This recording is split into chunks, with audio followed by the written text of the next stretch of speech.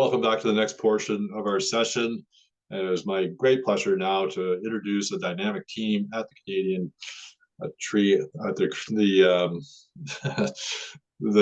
seed association. Oh my gosh, that never happens. Oh my lordy. That would be at the National Tree Seed Center. Thank you for putting that back up and teeing me up. Anyway, I'd like to introduce Lucy Lavoie, Melissa Spearing, and Donnie McPhee, who's back again to talk about the great work that the Seed Center is working on and continues to move forward with to support the 2 Billion Tree program. Over to you, Lucy, and my apologies. It's okay. No worries. Thank you, Rob. Just one moment. I will share my screen here. Okay, all right. Hopefully everybody can see my screen. So as Rob mentioned, my name is Lucy Lavoie. My role here at the National Tree Seed Center is mainly to support the team on an efficient delivery of our operational work, our mandate, and our priorities that we have set in our 10-year strategy, which I'll dive into in a couple of minutes. As Donnie shared earlier, our mandate has grown a lot over the last few years, which also means a growing team. And I always like to put the faces of who is doing all the hard work behind the scenes. In the 90s, the Seed Center only had 2 people.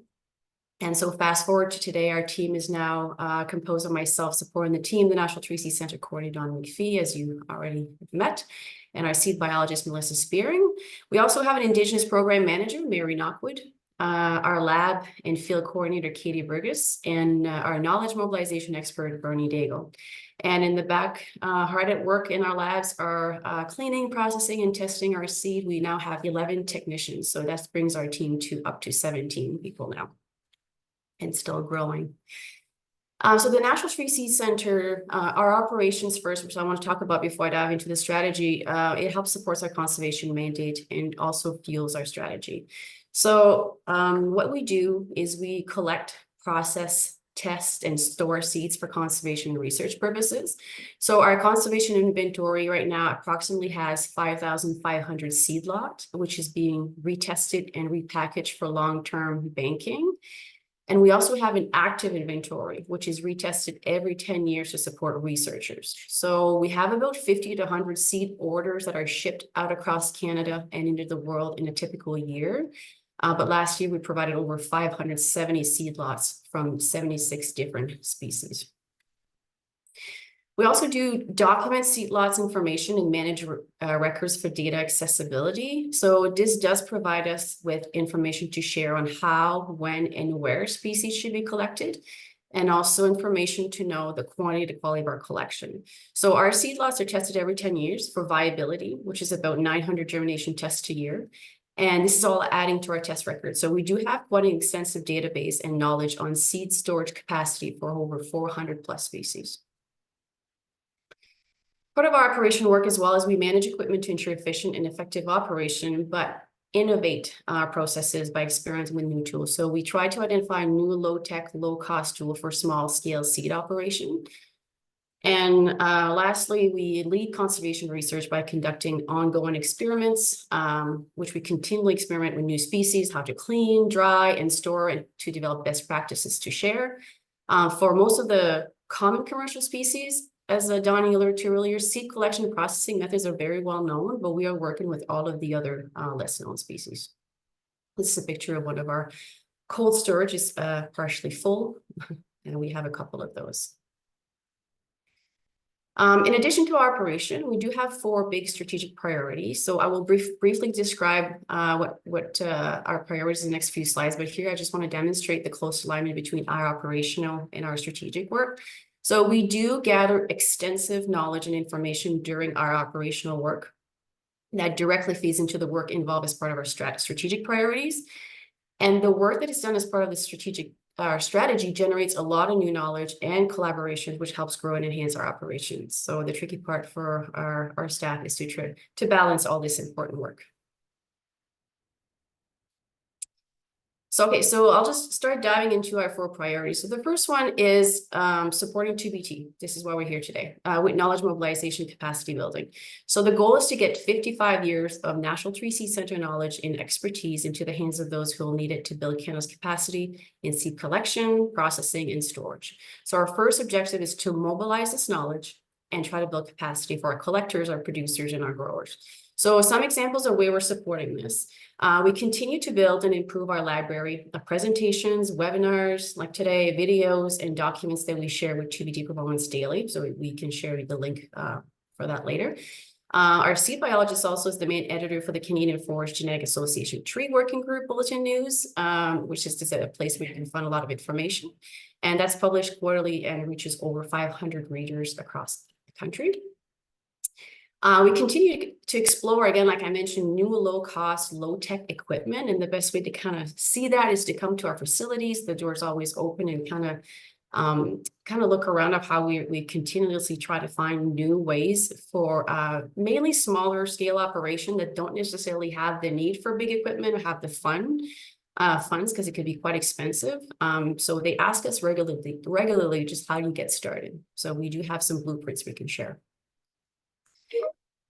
Our second objective is improve accessibility and online user interface for National Tree Seed Centre for research, knowledge, and database. So we do want to improve access to our collection data and modernize our online ordering and develop a new data management system, which hopefully will facilitate data entry, enhance access to real-time data. So this is all in progress. So our second priority, which I will get to with my slides not moving. Okay, here we get that. So second strategic priority is to support Indigenous leadership and inclusion in seed conservation. So we are co-developing an Indigenous seed collection program for species of cultural, spiritual, and economic importance for Indigenous people. So our first objective is to build that capacity with Indigenous communities and organization on seed collection and conservation. So some of you might have heard some of the initiative that we launched in 2022, which was the Indigenous Seed Collection Program, which was kicked off by traveling across the country, providing in-person seed collection training to Indigenous communities across Canada. So Donnie did the trip all the way from Quebec to BC. And we also had staff in Ontario and in the Atlantic provinces doing training as well. So our staff in total traveled close to 20,000 kilometers from coast to coast, meeting communities. But the interesting thing is the momentum kept building, and following that initiative, we received a lot of interest from communities to continue their learning and understand better how to handle seeds when it's collected. So we started doing in-house multi-day in-person training with communities from across Canada. So we've so far have hosted 5 multi-day sessions, and we actually have one currently happening in our facility right now as we speak. We also there's just one other point I want to make on the Indigenous Seed Collection Program is that we have engaged over 100 communities so far across the country and provided 250,000 seeds from 20 different tree species to organizations just to get them started. And we have so far 4 MOUs that we've signed with the Indigenous communities for seed exchange and storing some of their seeds here at our facility. The other objective under this strategic priority is we want to incorporate Indigenous knowledge into our training and in our knowledge mobilization efforts. We're starting some work on that. So there's a newly developed Indigenous plant use section that's been developed by the National Tree Seed Centre for the new Ontario Tree Seed Manual. That's mainly composed of National Tree Seed Centre data, and that will be released later this year. We've also done some work in the development of 2-eye seeing toolkit for engaging with Indigenous communities, which will be planned to be completed this summer. So lots of work's going on under this priority. Our third priority is revitalizing the national role of the National Tree Seed Centre. So really putting the national back in the National Tree Seed Centre. So we want to increase awareness of seed conservation issues and improve our partnership nationally and internationally. So our first objective is strengthen the NTSC science and seed collection capacity first within our own organization, so within CFS. So we are developing collaboration and building network across CFS. We're currently supporting projects in all 6 Canadian Forest Service centers with some of our researchers. And in 2022, we've provided over 3 million seeds or processed seeds in-house to CFS staff for restoration and reforestation, or for some research. The second objective is revitalize partnership with national and international organizations involved in seed conservation. So I'm glad to see some folks at the international level here today. So some examples that we're supporting this priority. So while Donnie was moving across the country, meeting with all Indigenous communities, he also met with all the seed centers across the country. So BC, Alberta, Ontario, Quebec, PEI, Nova Scotia, New Brunswick, and Newfoundland. And just to build that relationship and better understand their gaps and their needs so we can help and support better. We are also working with ECCC, which we're working in support of Canada's biodiversity strategy, where the National Tree Seed Centre is contributing to 3 of the targets on ecosystem restoration, species at risk, and knowledge sharing. And we also provide support and expertise on the development of the native seed strategy.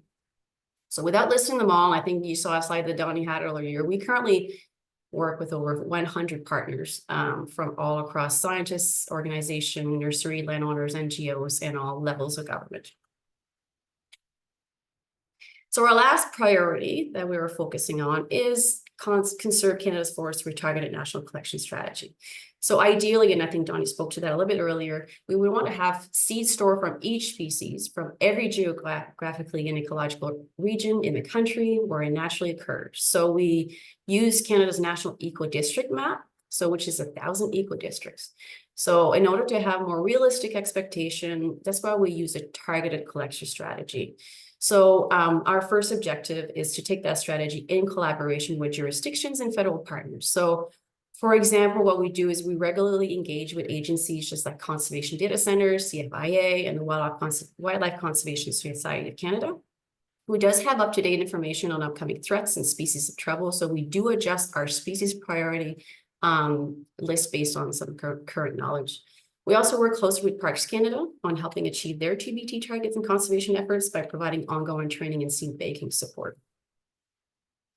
And our second objective under this priority is expanding and modernizing our cryopreservation capacity.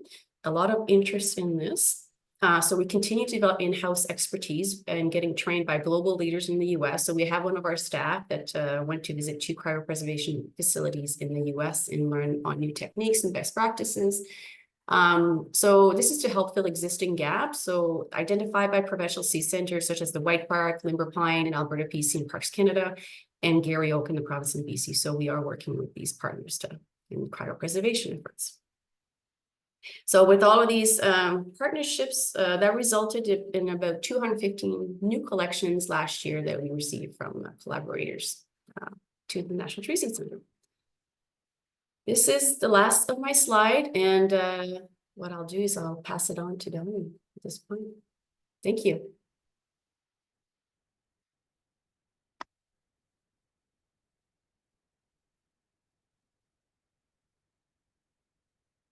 Just transitioning here.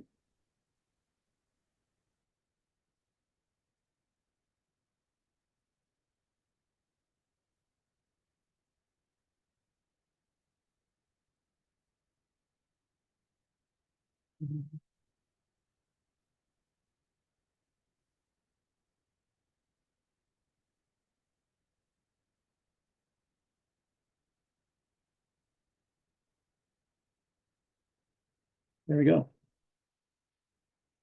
Yeah, so thanks, Lucy. Sorry, too many screens to go here. Well, yeah, so the National Tree Seed Centre, let's see, I'm just making sure things are going to move here. So everyone.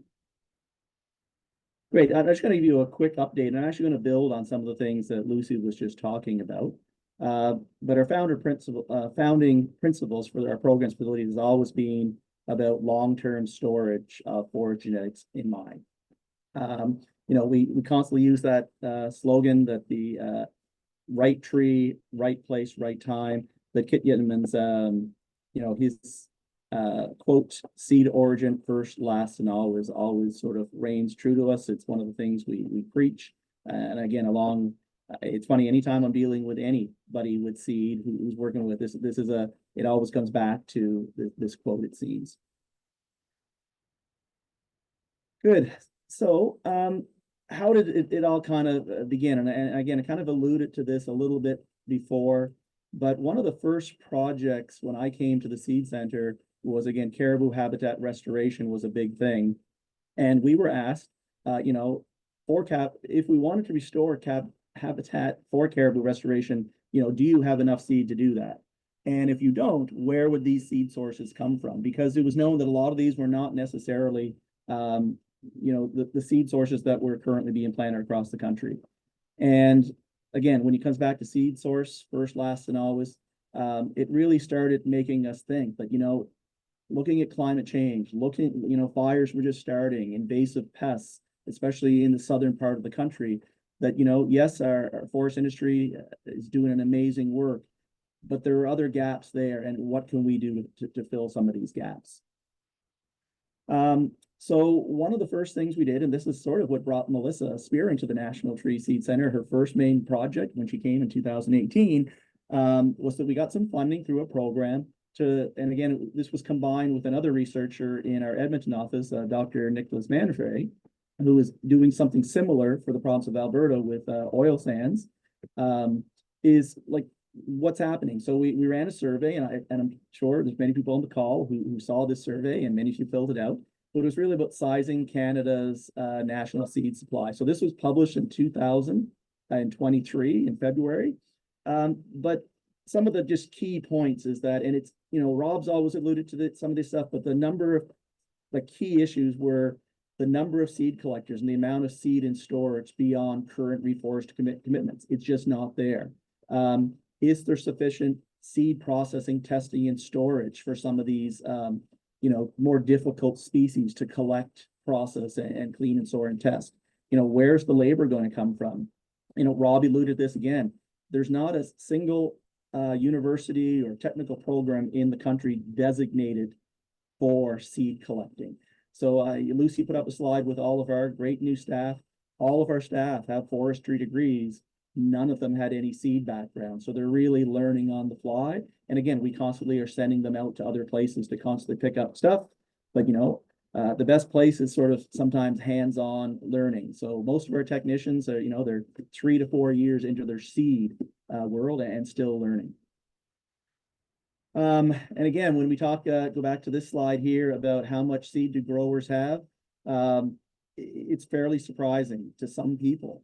But, for conifers, 2.5 years worth of seed in storage. And we can compare that, the US, very similar. Hardwoods, much less than a year's worth of hardwood seed currently in storage for the following years. And when species that we're interested in don't produce seed on a regular basis, there's periodicity there. Some species, and I know someone had asked a question about black ash. Well, black ash produces seed every 9 years. So if you don't have 9 years worth of black ash, if that's a species you're interested in planting in storage, where's it going to come from? And that's another issue for us, is if it's not available locally, where is that seed coming from, and is it appropriate to be planted? Lucy alluded to this as well, is in 2023, March, the Canadian Wildlife Conservation Society of Canada published this report saying that about 1/4 of all tree species in Canada, there's an issue. They're either under threat now, or there's an insect, a pest, climate, something is happening that's detrimental to those species. So historically, the National Tree Seed Center, most of our efforts have been put into species at risk. Unfortunately, by the time it hits species at risk status, we've lost so much of that genetic diversity. So what we're really trying to do is to get to that proactive status. And this really has led us to the Indigenous Seed Collection Program. I'll go back to black ash again. In 2019, black ash had a bumper crop year, so that 1 in 9 year. And we did over 100 media reports with, television, news, all across the country.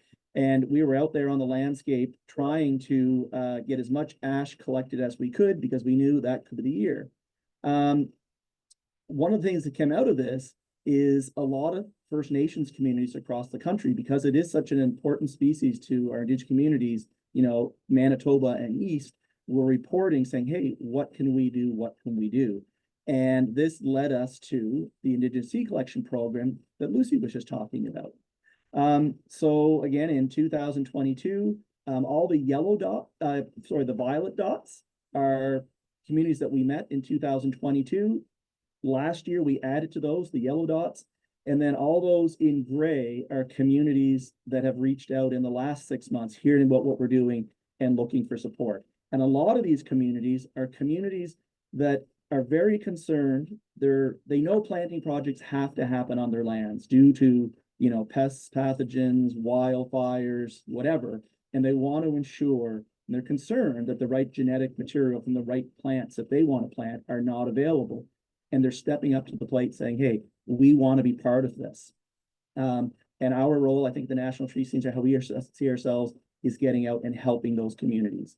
As Lucy mentioned, I'm just going to click here while I'm talking, but this week we're running our 5th session. We have 7 communities, 1 from Yukon, 2 from BC, 1 from Ontario, 1 from New Brunswick, 1 from Nova Scotia, 1 from PEI. But so far we've hosted over 50 communities in those sessions, and growing. So we just added another one in May, because we have over 8 other communities who have asked for this training that we're offering. Oops. Good. So we're doing the field training, but then also, so the field training is in there, but this is sort of just an overview of what happens in our building. So again, communities are coming in and we're training them on the processing. So after you collect seed, what has to happen to that seed so it's stored properly for your needs down the road. We're also, and I don't think this was mentioned, my slides seem to be quite big, sort of slow, is working with Parks Canada. So this, when Parks Canada heard what we were doing with our Indigenous communities, we had 9 parks. So 9 of the 10 parks in Canada who had applied for and received funding through 2 Billion Trees for restoration projects sent 2 technicians each to the Seed Center for a full week of training again.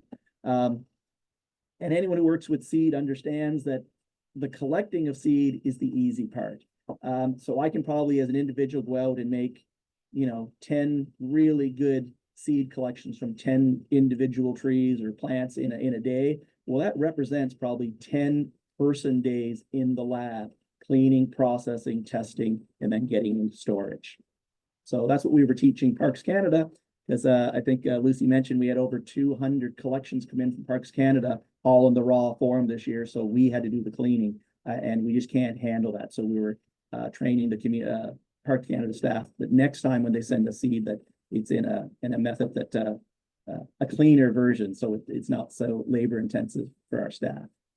So again, at these training sessions, what we're going through is really, we start off in the field with seed collecting, including incorporating the honorable harvest from our First Nations collaborators. So we're really listening about, doing no harm, not collecting from that first plant, but making sure that, it is a good bumper crop year before we start our efforts.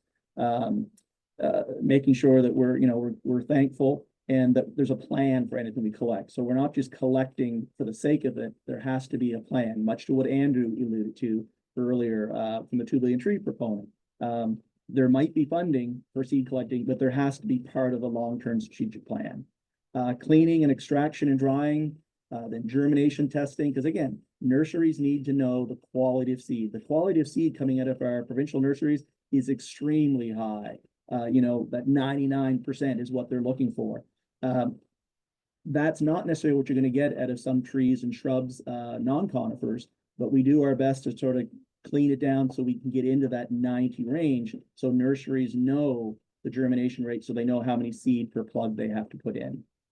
Documentation, as I said, seed source first, last, and always. We want that documentation to follow our seed lots across so that the growers, the people buying the seed, know exactly where that seed came from and they're confident that it's the right seed for their restoration or planting projects.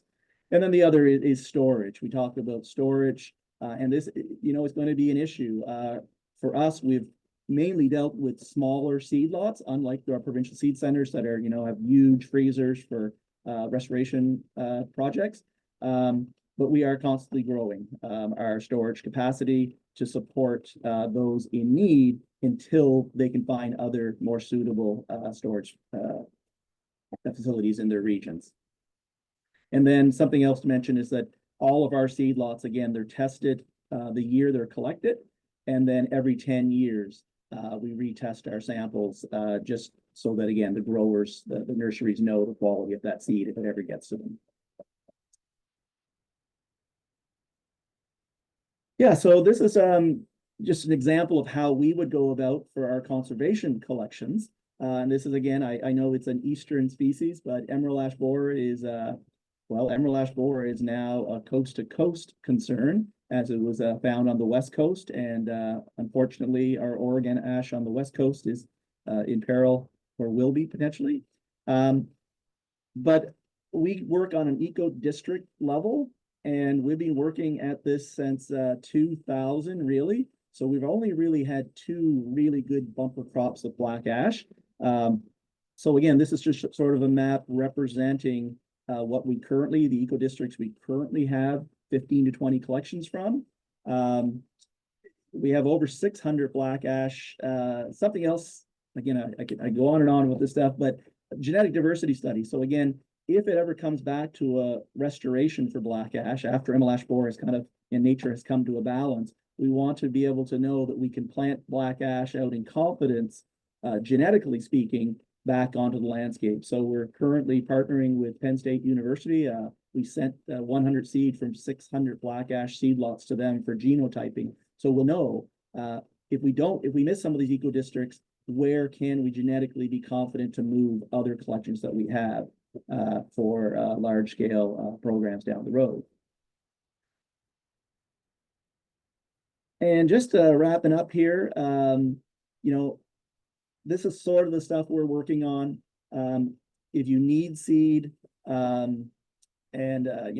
you're part of the 2 Billion Tree program, or if you're not, you can contact us. And if we happen to have large quantities of seed in storage here, and you need it and it's appropriate from your region, we can work on an MOU, something like Lucy mentioned earlier, to get you seed, to get you going. But then we would look to partner with you to reestablish our collections down the road. If you need seed training or support, please reach out. It's something that we're getting better at, we're growing at. Again, we've done, we have our 5th session going on right now, the 6th coming up, and those are in lab. We've also run a couple for conservation groups that I didn't mention. I'm going to let Melissa talk coming up after me about problems and climate smart seed. But again, what we're trying to really offer is a backup plan. So if you are an organization and you're making large collections and you want to back up the genetic diversity off your region, we are willing to accept and store small quantities of seed for you. It's good for you, but it's also good for us because it helps us meet our conservation of biodiversity sort of mandate for the country. So with that, I am going to sign off, and I'll let Melissa take over here.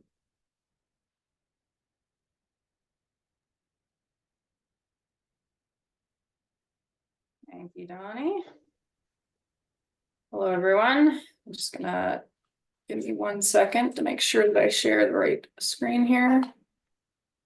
So yeah, for those of you that I know, hello. For those of you that don't, I've been acting, I've been working with the Tree Seed Center since about 2016. I've been coming on and off out to New Brunswick here, and I've been involved with the Canadian Forestry Association for quite a while in a few different capacities. I helped a group in Southern Ontario with seed orchard management. I've run and started my own tree nursery. I've lived the grower's life. I've lived a little bit of forestry life, and now I'm doing my master's as well on top of this job. So it's been a very busy few years, but very exciting. It's a wonderful time to be in the seed world.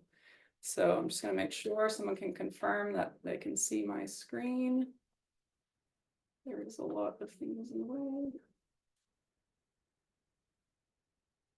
Sorry, I just need to hide. Okay.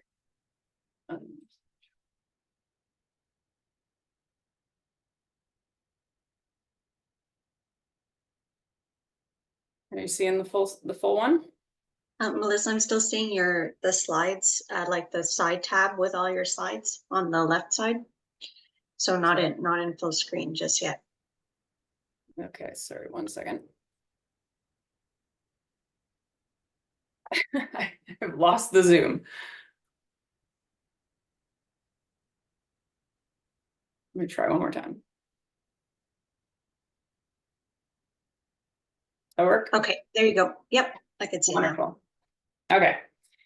So yeah, so I'm gonna follow up on everything that Donnie and Lucy have talked about and introduced, and give you guys a little bit of insight into the world that we live in. So all of the technicians, all of the data that we collect, I'm really trying to lead and get more of it out into the world. I know that when I was on the grower side of the equation, you know, I really benefited from looking through CFS resources, for talking to the geneticists, the breeders, the researchers, trying to extract useful and practical information to make, you know, to make a program work, to make a nursery work better.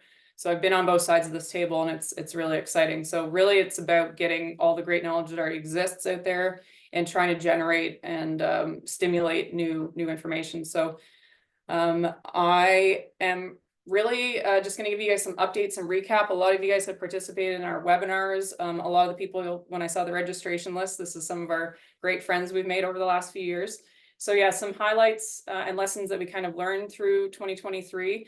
You know, there was we did really notice on our end, our mailboxes, our phones, there was a real significant increase in the capacity building agreement and principles, the Indigenous support requests. So not just, you know, training sessions, but just emails asking for a little bit of this here, a little bit of that there, a species list that someone wants some help with. So I do a lot of the research when we get questions like that, lit reviews, pointing people to existing best resources. It's kind of sort of having a literature review, you know, all the time in active mode to give people the best information and the best expert that they should talk to. So I try to keep either a real Rolodex or a mental Rolodex of who all the experts are all across country, and often into the US as well. So I'll tell you guys a little bit more about my masting models, but you know, overall it was a pretty good year on in Eastern Canada. So our Atlantic provinces, Newfoundland had a great collection year. There was really good sugar maple in places, and the oaks and pines were pretty abundant. So that really offered us some good training and banking opportunities for partners, but also a little bit for ourselves. But it's become very obvious from many studies, our own included, and discussions at recent conferences, that we need more, you know, we need more seed sources, orchards, you know, underutilized stuff, nursery extension, and a lot of support for deciduous producers and species. So anybody working on deciduous trees and, you know, some of the larger shrubs, there's a lot of need to get that information out there and working for us. So yeah, just a few highlight photos. We didn't do as many virtual things last year, and why we wanted to consolidate today was because we attended a lot of conferences. So Donnie, Lucy, and myself and our team take turns going to different parts of the country for these conferences. So we're often presenting our research. We're meeting with people there and hosting little workshops. Workshops are my favorite. So yeah, we did RE3, Forest Genetics in BC. The Northern Hardwood Conference was hosted here in New Brunswick. The Garry Oak Ecosystem, Donnie and Naomi attended. The Southern Grasslands Conference, which also included trees and shrubs. And I was recently just at the Forest Ontario Conference, where there was some 2BT and seed discussion. So really, if you want to hear about it, we haven't been using it a lot just yet, but we do have a MailChimp newsletter on our website that will be hopefully specific updates, not very frequent, but just updates on when we're doing things a little bit more often.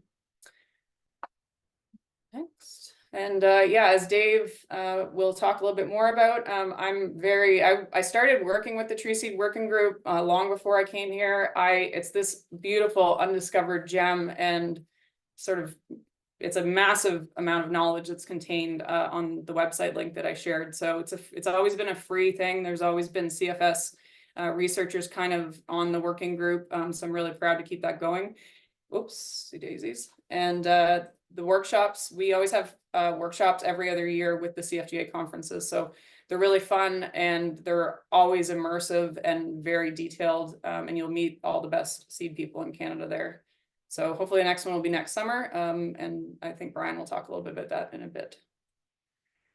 So yeah, as Lucy and Donnie were saying, some of the updates that have been happening in the last 2 years is really trying to get, a lot of data that the NTSC has out there. I know there's papers that have been written. There's definitely research out there. You can go on our website and look up sort of the current available inventory. But I think one thing that's become very obvious is how much more people want open access data. So we're trying to do this huge exercise to fill in and clean and make it very easy for people that use R, people that do modeling, people that, even nurseries that just want to look at a summary table and say, like, all the different ways that you test your seeds, what's the typical response, or, so what's the average viability after 5 years, after 10 years and whatnot. So there were some really detailed questions that we asked in our 2022 study. So the shopping list in table 7 basically is what I'm trying to come up with. And if anyone's familiar with, what we call the Big Blue, the USDA Woody Plant Seed Manual that seems to be everyone's Bible, there's not really an equivalent of that for all of Canada. There's fantastic provincial resources in BC and in Alberta and Quebec. So Ministry has a lot in French, and most of the provinces have some sort of manual internally that you can look up. But to make more of these resources available and easy for people to find is really the key. So the recipes for each species are kind of not always obvious to people where to find them. So we're trying to do that. And as Andrew Pope mentioned, we are doing a lot of concierge services. So I get, again, very specific questions that I'll do a little bit of data analysis for. Anyone who's a 2BT proponent and needs some assistance with data we might have, please reach out. And definitely, the supply chain, even if you're not being funded directly, if there's the opportunity for you to respond to demand, that's our entire goal, is for us to be that public service for that. So anyone that participated in our webinars and the demonstration videos that one of my staff, Kieran's so good at making, we started moving these over to the Canadian Conservation and Land Management portal.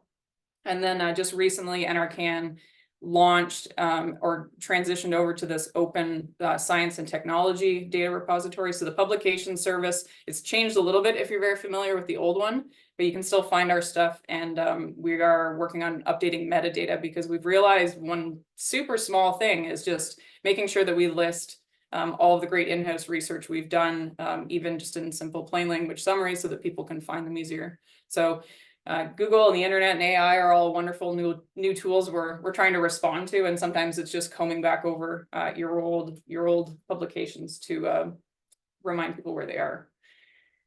So one project I've been working very hard on with a collaborator at the Great Lakes Forestry Center, Isabelle Aubin, and Donnie were the PIs on this, but me and another colleague have been cleaning the best of the National Tree Seed Center's seed testing database. So it will be posted for open access as a CSV file in April 2024. So Topic is a huge thing, project of Isabelle Aubin's, where she was going and trying to call for all these seed traits or plant traits, these functional trait approach modeling that a lot of ecologists are working towards, to try and understand how ecosystems respond and work. So it's a lot of they want wild species data. And they've basically developed a literature review module that'll help ecologists. And they also have an empirical module, which is based on real measurements from field sites over time. So our seed collection gold mine really qualified for this, and this was a great way to get it out there soon. So if anyone's interested in that, just let me know. And moving as quickly along as I can, but I just want to summarize while I have the opportunity. Just, this might be basic for some folks, but the frequently asked questions we've been getting since the program started.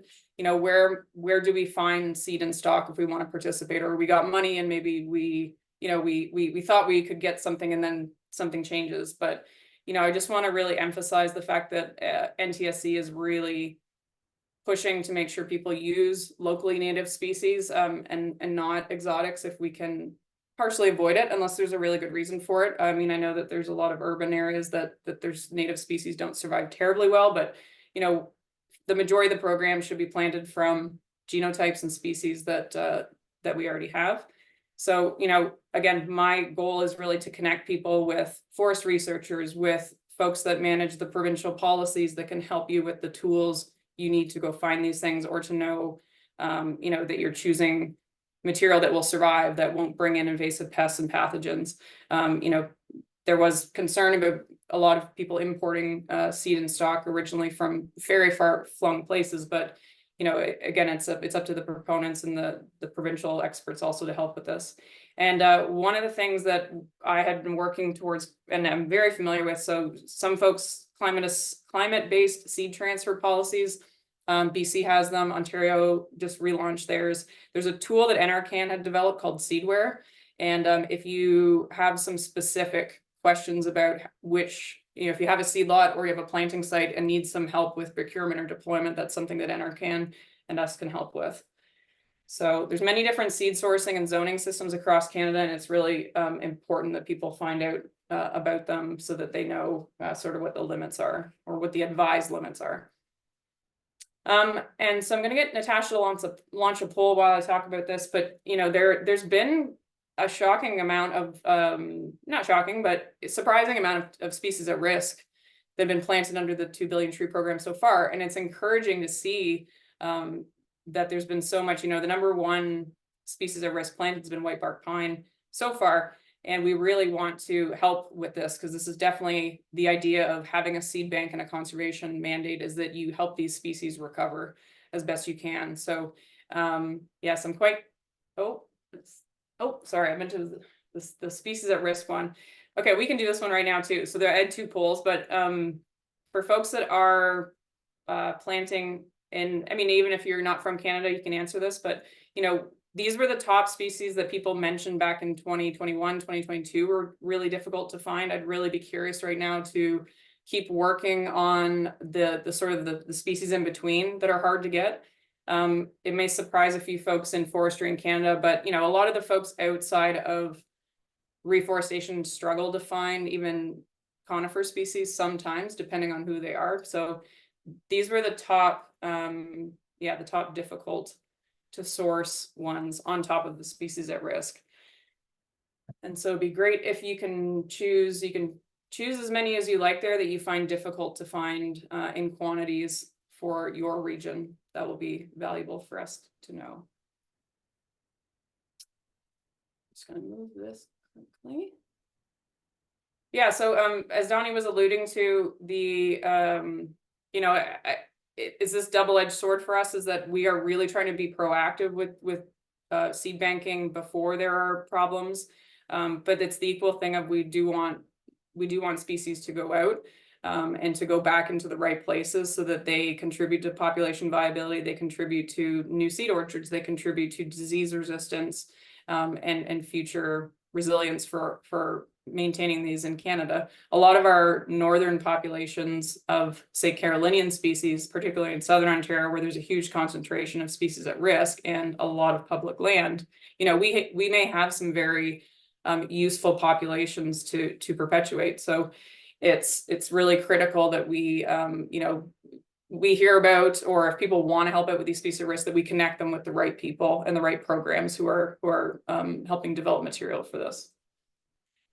And I'm gonna speed up a little bit. So yeah, a lot of questions we get to, and these are actually fairly simple for me to answer now because of the new Canadian Tree Nursery Association. And there was also, for our survey, we also leveraged some work with it was priorly known as CanPlant, now it's the Network of Nature, but there's a really great website, or a couple of websites that just at least list all the folks that grow native trees and help distribute native trees and seed in Canada. So lots of times if people ask me this, I'm basically redirecting them to the right people as best I can. So sometimes it's contextual if they're, if they're working with municipalities. There's a lot of growers in the network of nature that support some of those smaller, more diversified species. So again, what some of the last frequently asked questions, I might need a few more minutes. So these are this is kind of a small little snapshot into our database. There is a personal goal of mine to make sure that all nurseries, who are allowed to store seed or want to improve their seed handling practices, that we can help them with equipment, with training, with data from our database. So this is our seed testing database. So this shows all of the species, and that 5-year line is basically what I would like to get most growers who work with orthodox seed that can be dried and frozen, to capitalize on the bumper crop years and to get seed at least past that point for yourself. If you don't have a great, provincial seed center or another nursery partner or collaborator doing that for you, getting everyone past that 5-year mark and feeling like they can get to the gray bars. The gray bars are the best 10% of the seed lots we've ever had in storage. So, it's very possible you can get a lot of species to 10, 15, 30, 40 years with the current seed science and technology that exists. And if you're working with recalcitrant species, we do have tools, as Lucy mentioned. We're working on cryogenic storage, and butternut, even though it used to be thought of as recalcitrant, a lot of our research here has proven otherwise. So, this when to collect part, being both specific weeks of the year, specific years, this is another huge resource. One of the things I love about our database is that, we pick from standing trees usually. We pick at very mature times, or at hopefully the ripest time. So we're not, we have some squirrel cache data, but mostly it's real days that someone picked from a tree. So we have all of our collection dates that I can map. So I can map them. We can put them on these collection calendars and really start to hone in on things that involve wacky seed years and different things like that. So for our spring species that are coming up in the next few months, sometimes there's you have 10 days to really take advantage of this and get it to somewhere to turn it into a tree planting project. So I'm just going to speed up a little bit. This will be obvious to most of you, but there's a wonderful amount of orchard development and tree improvement in Canada. It's always evolved from natural cycles. I think though that there's a strong need for folks that are still reliant on wild seed crops to have a bit more information and some renewed research on it. So I've been really interested in studying tree seed masting and trying to hone in on how we could better predict this. And it's been, I'm probably the slowest master's student on the planet, but work's been busy. But my master's model is hopefully trying to create some predictive masting maps. So I saw New Zealand doing this. So New Zealand's been operationalizing some science since 2018.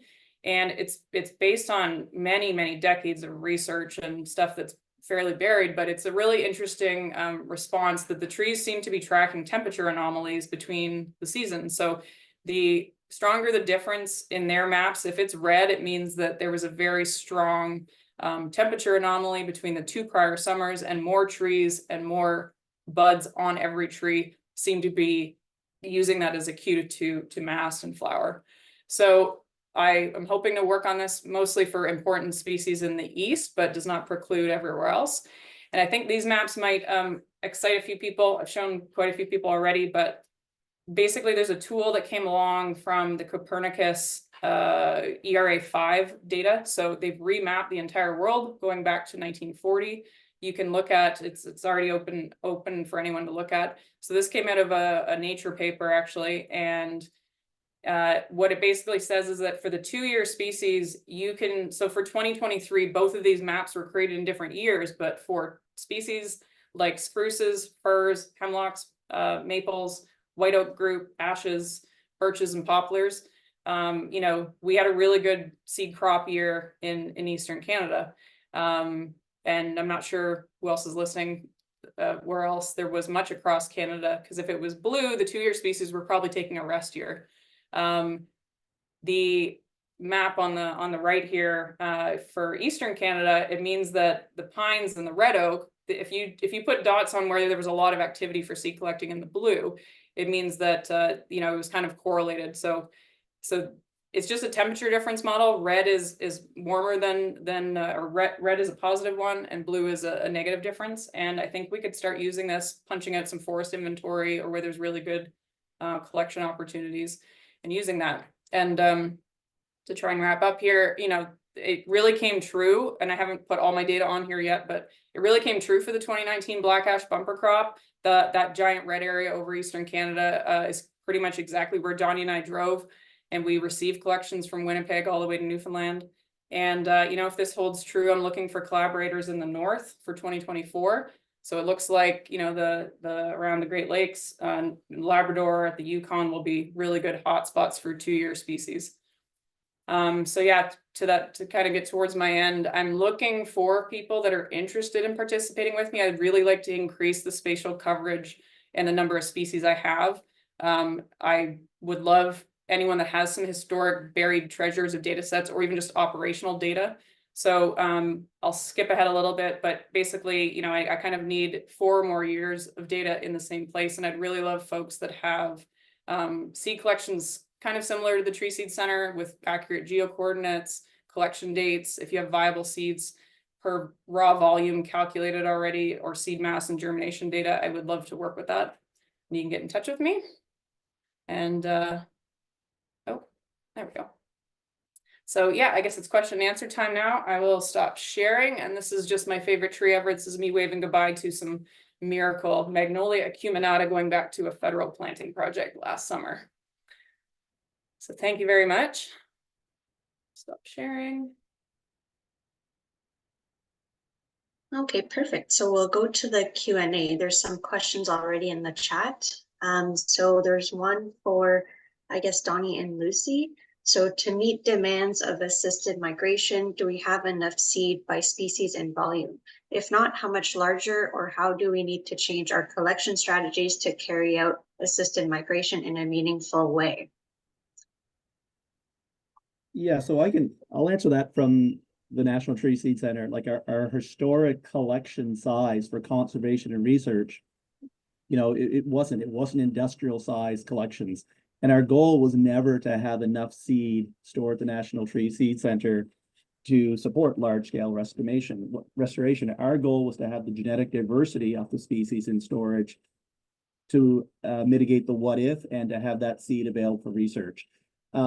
But having said that, you know, for a lot of these species, if we have the genetic diversity stored, then we can look at things like tissue culture, somatic embryogenesis to bulk up. So it's not cloning.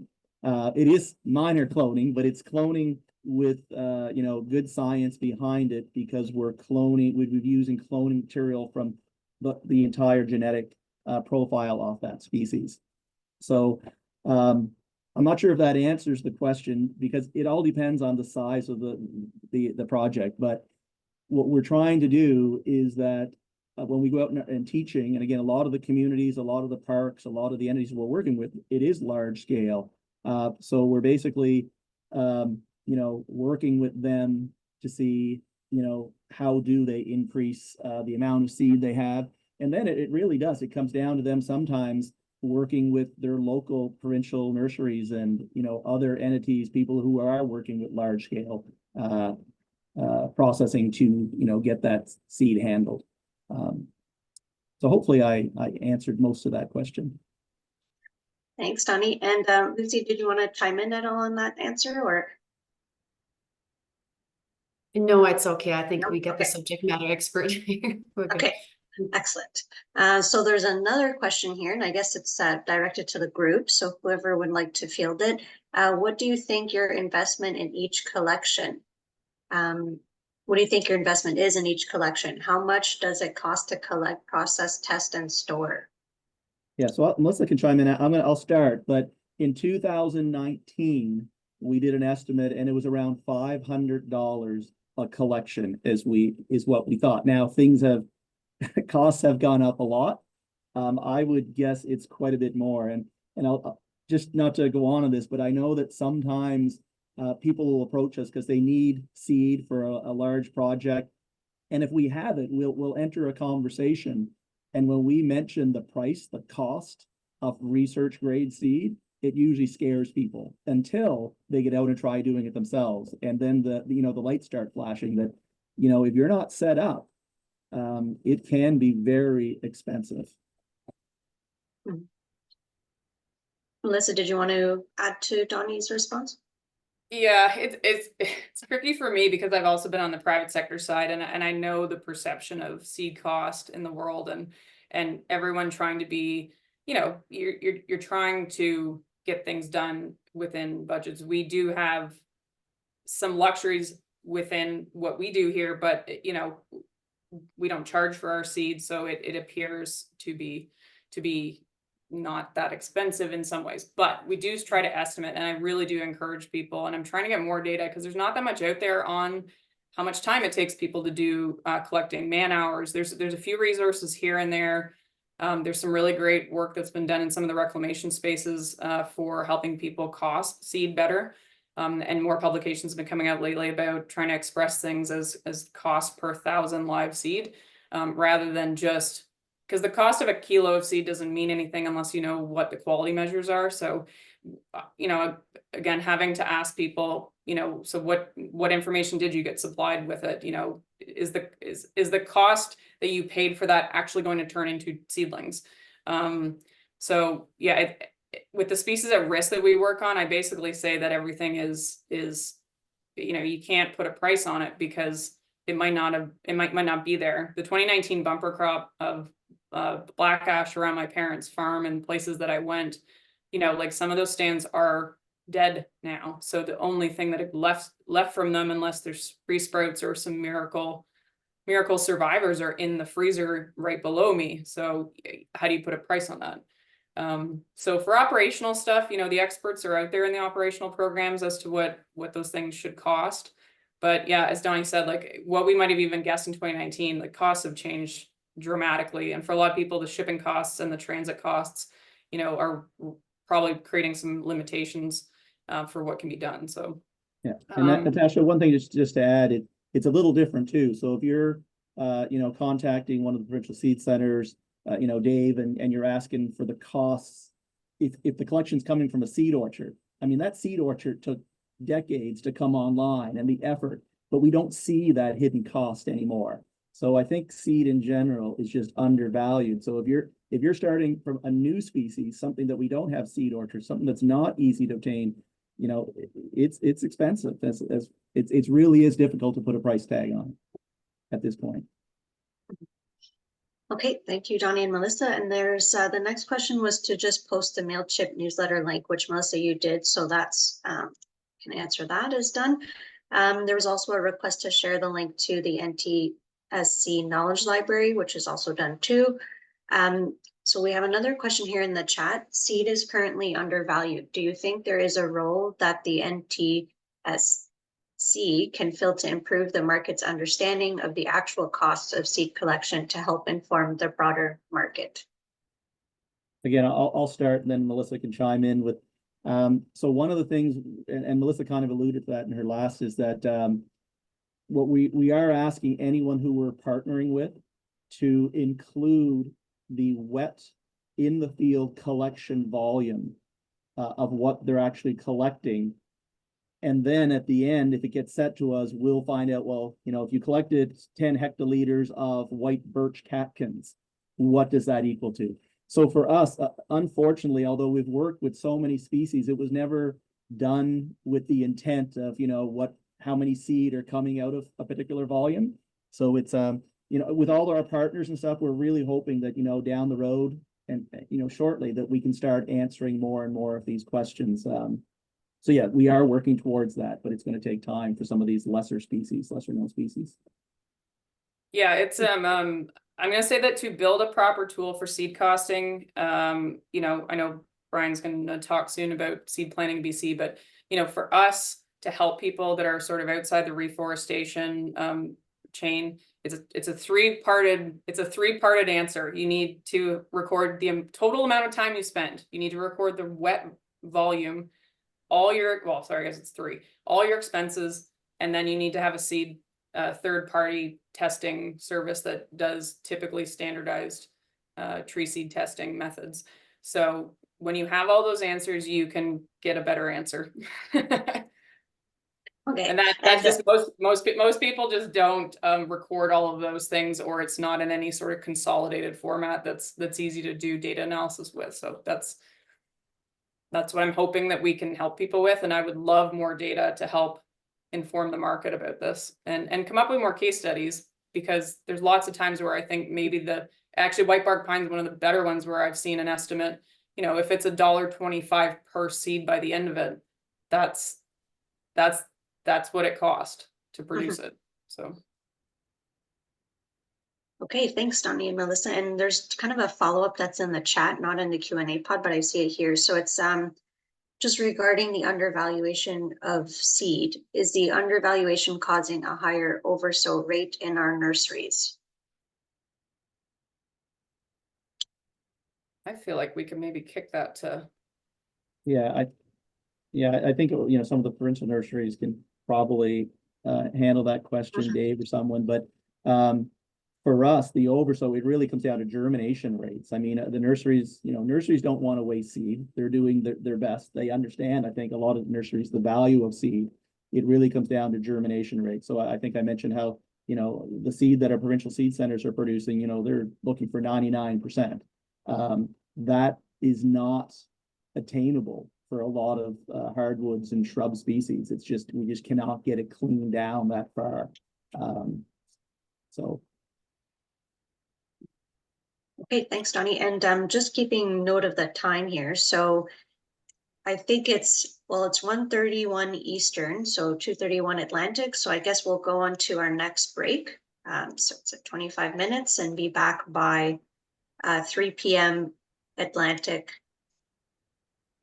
Yep, and if anyone would, yeah, I'm gonna enable the separate breakout room again. If anyone would like to join Donnie and I on a Teams chat, if you want to keep talking about seed stuff, totally happy to.